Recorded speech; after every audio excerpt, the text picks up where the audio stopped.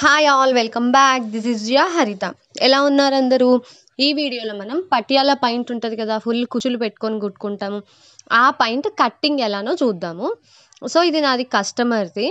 So చూడండి, నేను 4 layers fold చేసి వేశాను. మళ్ళీ చూపిస్తున్నాను చూడండి నీట్గా. వీడియోలో చూపిస్తున్నట్టు నీట్గా ఫోల్డ్స్ ఏమీ లేకుండా, మనము మడతలు ఏమీ లేకుండా మధ్యలో నీట్గా ఫోల్డ్ చేసుకొని ఇలా నేనైతే టేబుల్ పైన అరేంజ్ చేసుకున్నాను. ఇప్పుడు మనకి పాయింట్ 2 డివైడ్ అయి ఉంటుంది కదా, upper part lower part. First upper part ఎంత సెంటీమీటర్స్ ఉందో, ఎన్ని ఇంచెస్ ఉందో మెజర్ చేసుకోవాలి. తర్వాత డౌన్ వన్. సో ఇక్కడ నేను మెజర్ చేసుకున్నాక నాకు మొత్తం క్లాత్ అనేది సరిపోవట్లేదు, కొంచెం తక్కువ అవుతుంది, అంటే 3 to 4 ఇంచెస్.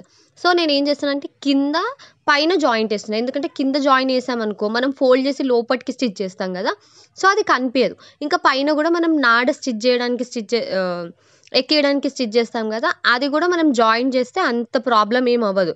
సో నేను పైన కింద జాయిన్ చేస్తున్నా. ఇప్పుడు కింద మనకి లెగ్ లెంత్ ఎంత ఉందో అది చూసుకొని మార్క్ చేసుకోవాలి. మళ్ళీ దానికి 1.5 ఇంచ్ ఆర్ 1 ఇంచ్ ఎక్స్ట్రా పెట్టుకోవాలి, ఎందుకంటే లోపట మనము వదిలేయడానికి స్టిచ్ చేశాక. సో ఇప్పుడు చూపిస్తున్నాను చూడండి, ఆల్రెడీ నేను మార్క్ చేసుకున్నా కింద. నెక్స్ట్ వచ్చేసి ఫస్ట్ పాయింట్ అనేది ఎంత లెంత్ ఉందో అంత లెంత్ వరకు మనము పైన పార్ట్ కట్ చేసేసుకోవాలి. నేను ఫస్ట్ కట్ చేయట్లేదు, జస్ట్ డ్రా చేస్తున్నా చూడండి.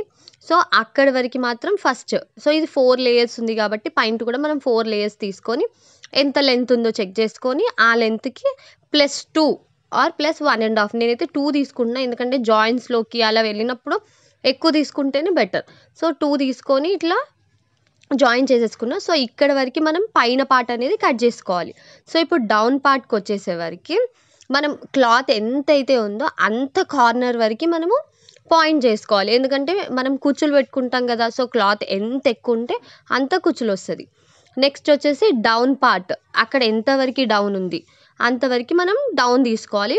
దానికి ఒక 1/2 ఇంచ్ ఆర్ 1 ఇంచ్ ఎక్కువ తీసుకోవాలి, ఎందుకంటే అది కూడా మళ్ళీ మనం స్టిచ్ చేస్తాం కదా, లోపలికి వెళ్తుంది కాబట్టి.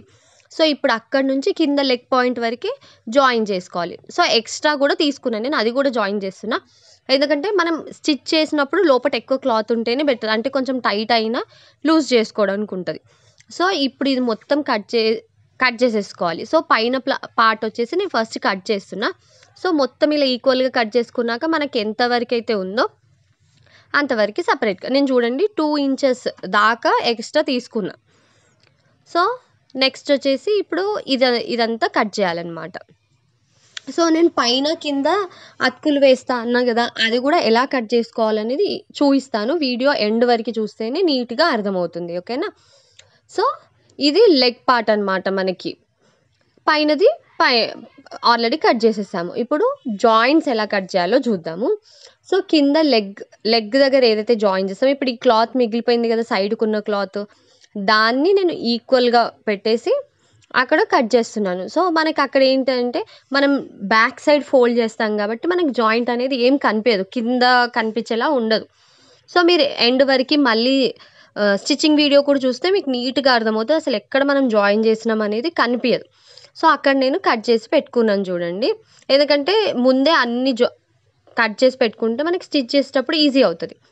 సో లెగ్ పార్ట్ అయిపోయింది. పైన పార్ట్ ఉంది కదా, సో దీనికి కూడా మనము extra 2 inches are 2.5 inches cut చేసుకున్నాను నేనైతే, ఎందుకంటే నాడ ఎక్కియడానికి కొంచెం ఎక్కువ స్పేస్ ఉంటేనే బాగుంటుంది కాబట్టి. సో ఇదనమాట మనం మొత్తం పటియాలా పాయింట్ కట్టింగ్ పార్ట్ అనేది. హోప్ ఈ వీడియో మీకు అందరికీ అర్థమయ్యేలా చెప్పాను అనుకుంటున్నాను, మీకు అందరికీ హెల్ప్ఫుల్ అవుతుంది అనుకుంటున్నాను. So please like the video and subscribe my channel for more videos. ఇలానే మన ఛానల్లో ఇంకా చాలా స్టిచ్చింగ్ వీడియోస్ వస్తాయి. సో మీరు సబ్స్క్రైబ్ చేసుకుంటే ప్రతి ఒక్క వీడియో చూడొచ్చు. Thanks for watching. బాయ్.